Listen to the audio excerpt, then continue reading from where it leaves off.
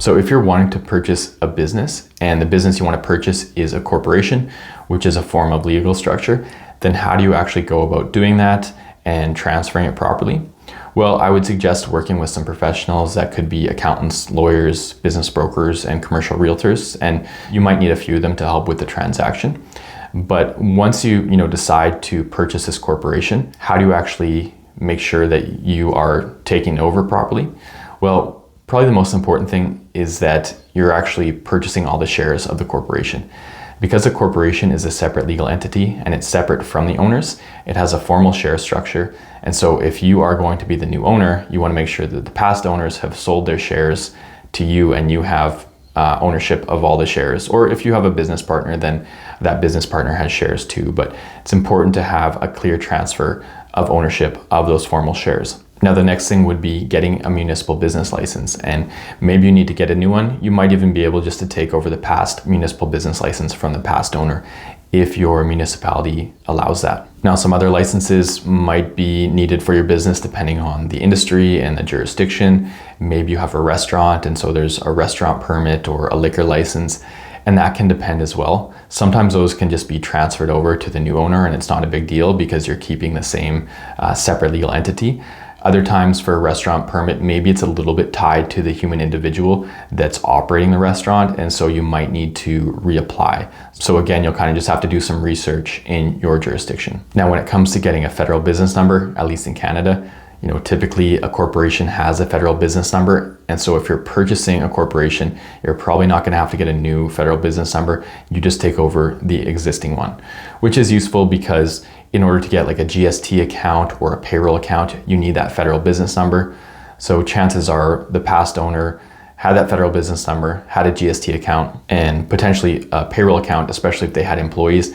And so hopefully you can just transfer those over and just take over the GST account and the payroll account, unless for some reason it doesn't make sense to do that or you're not able to, and then you might want to create new accounts. But typically that's how it works with corporations, is those types of accounts can just be transferred over to the new owner. Now, when it comes to PST, provincial sales tax, this is something that with a corporation can probably just be transferred over to the new owner as well, and you don't have to get the old owner to shut everything down and then you restart, which is the case with sole proprietorships typically, because all those accounts are tied more to the human entity than the corporate entity.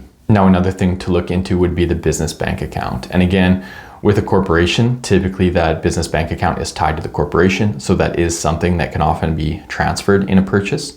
You may want to start a new one if it makes sense, but generally it is an option just to take over the past owner's corporate bank account. Now, just a few other things to look at before I finish up the video. That would be accounts like workers' compensation insurance and then separate business insurance. Again, maybe those can just be transferred over and just stay with the corporation and you take them over.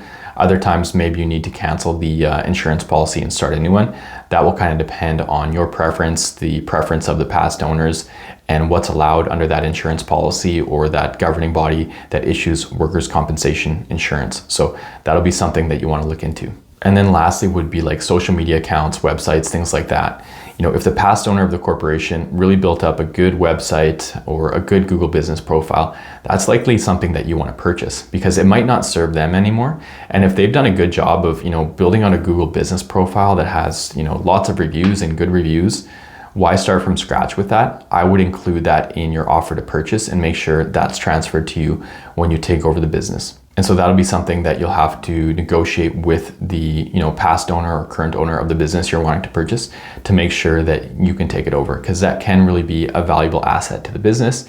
And again, if it's tied to the corporation and they're getting out of it, then it just makes most sense for you to take it over and utilize it as an asset for your business. So I know there is a lot of administrative work. The nice thing is your clients and customers might not even see this going on. It's very much like back-end administrative stuff. They might not know that there's new ownership, but there is, this important checklist of things to do. And I'm sure there are other things that you'll need to do as well. This can, again, vary from business to business, owner to owner, jurisdiction to jurisdiction. But this was kind of just a brief summary on the type of things that you'll need to look at and transfer and recreate if you are purchasing a corporation. So hopefully this video was useful. If so, please click like and feel free to subscribe to my YouTube channel here, where I currently have over 225 videos that cover business management and business startup topics.